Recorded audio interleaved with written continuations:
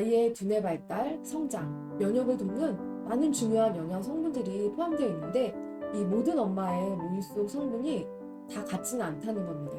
또 하나 이제 커피에 대한 질문들 많이 하세요.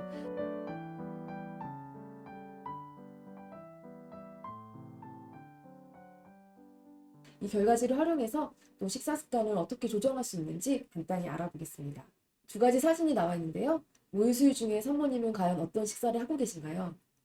맘 같아서는 첫 번째 식사처럼 영양 균형이 딱 맞는 식사를 몇 끼니마다 챙겨 드시고 싶으시지만 실제로 또 시간이 없거나 또 육아에 너무 바쁘시다 보면은 이렇게 대충 때운 식사를 하시기가 쉬운데요. 우선은 모유 영양 분석을 하시게 되면 저희가 이제 산모님들에게 부족한 영양소를 식단에 담아드려서 식사와 식재료 추천, 또 레시피 이런 것들을 통해서 직접적으로 실천해 보실 수 있도록 이렇게 가이드를 드리고 있습니다. 만약에 이 저희가 드린 식단대로 몇 끼니당 챙겨 드시기 힘드시다. 그러면 저희가 여기 빨간색 또 파란색으로 표시한 것처럼 이 중요한 영양소를 함유한 이런 음식들을 한두 가지만이라도 해 드신다면 좀 더 모유 영양 관리에 도움이 되시고요. 만약 이것도 너무 힘들다 하시는 분들은 이제 수육의 영양관리 3개명이라고 저희가 압축해서 말씀을 드렸어요. 이제 이런 부분들을 실천해 보시고 그리고 수육이 산모님들이 해야 될 것, 또 하지 말아야 될 것도 같이 정리를 해봤습니다.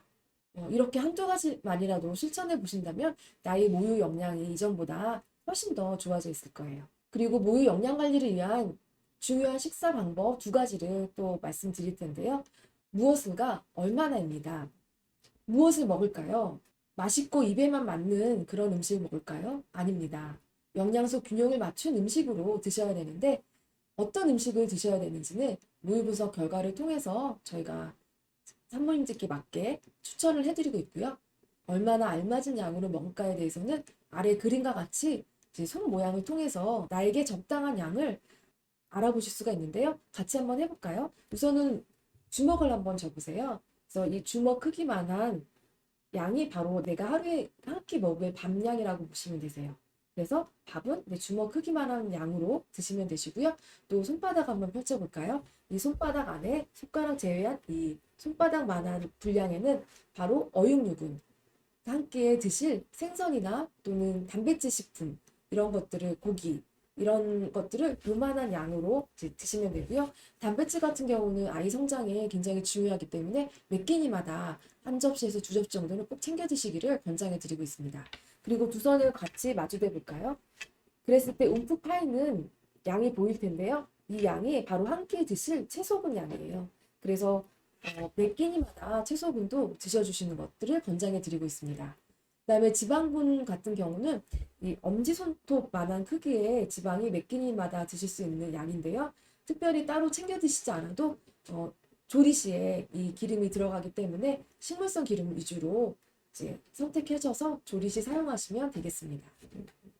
그럼 모유 수유 시에 어떤 것들을 해야 되고 어떤 것들을 하지 말아야 되는지 두 가지 제가 말씀드리려고 합니다. 먼저는 하시면 안 되는 일이 있는데요. 출산 후 급격한 다이어트는 조심을 하셔야 됩니다. 다들 출산 후에 예전 임신 전 몸무게로 돌아가길 원하실 텐데요. 사실 좀 시간이 걸리는 문제라고 보시면 됩니다. 출산 직후에 빠지지 않은 5kg는 모유 수유를 하시면서 3개월간 서서히 빠지게 되는데요. 모유 수유를 하시게 되면 하루 소비되는 칼로리가 500에서 600칼로리 정도로 소모가 되기 때문에 자연스럽게 몸무게는 빠지게 되어 있습니다. 출산 후 6개월이 지나도 몸무게가 여전히 빠지지 않고 있다면 산후 비만적으로 관리를 하셔야 되지만 그렇지 않은 경우라면 일부러 급격한 다이어트를 하시는 것들은 삼가셔야 됩니다. 엄마가 급격한 다이어트를 통해서 식사량을 많이 줄이시게 되면은 당연히 모유 영양에도 영향을 줄 수가 있고요. 또 모유 영양이 나빠지면 우리 아기 또한 성장에 문제가 있을 수 있습니다. 그 다음으로는 꼭 하셔야 되는 일이 있는데요. 식사 시 현미밥과 또 컬러 채소는 꼭 드시기를 권장해 드리고 있습니다. 이 현미밥과 컬러 채소에 공통적으로 들어있는 영양소가 뭐가 있을까요? 네, 바로 식이섬유입니다. 식이섬유는 우리 몸속에서 나쁜 물질들을 흡착하여 배설시키기 때문에 엄마를 위해서도 또 아기를 위해서도 식이섬유를 꼭 섭취를 해주셔야 됩니다. 식이섬유가 많이 들어있는 음식으로는 조정이 덜 된 곡류, 야채, 과일, 해조류 이런 것들이 포함이 되는데요. 이런 것들을 많이 드셔주셔야지 몸속의 유해 성분을 좀 더 몸 밖으로 빨리 배출시킬 수 있게 됩니다. 그리고 산모님들이 또 많이 궁금해 하시는 것이 미역국에 대한 질문들 많이 하시거든요. 이 미역 안에는 식이섬유라든지 또는 요오드, 칼슘, 철분들이 많이 함유되어 있어서 산모의 삼육계 관리에 굉장히 중요한 음식이라고 볼 수 있는데요. 사실 같은 음식을 계속 드시다 보면 질릴 수 있기 때문에 미역국을 드실 때 그 안에 부재료들을 좀 바꿔가면서 드시는 거를 권장해 드려요. 뭐 홍합 미역국을 드신다던가, 다음에는 뭐 매생이 미역국을 드신다던가, 다음은 굴 미역국을 드신다던가, 이런 식으로 안에 부재료를 조금씩 바꿔가시면 좀 더 다양하게 드실 수가 있고요. 한 2, 3개월 정도는 저희가 권장을 해드리거든요. 그래서 그때 이후로는 조금씩 국 종류도 바꿔가면서 드실 수가 있습니다. 가끔 몇 끼니당 3끼 다 미역국을 드실 경우는 요오드 함량이 너무 많아서 걱정하시는 분이 있는데요. 3끼 정도는 요오드 함량에 큰 문제는 없으시고요. 단지 하루에 한 끼는 기본으로 드시되 3끼까지는 안 드셔도 된다고 말씀드릴 수가 있습니다. 그리고 산모님들이 또 많이 궁금해 하시는 게 어떤 음식을 먹어야 되고 어떤 음식을 피해야 되는지 이제 이런 질문들 많이 하시는데요. 이제 어떤 음식을 먹어야 되는지는 저희 모유 영양 분석을 받으신 후에 섭취를 해주시면 되고요.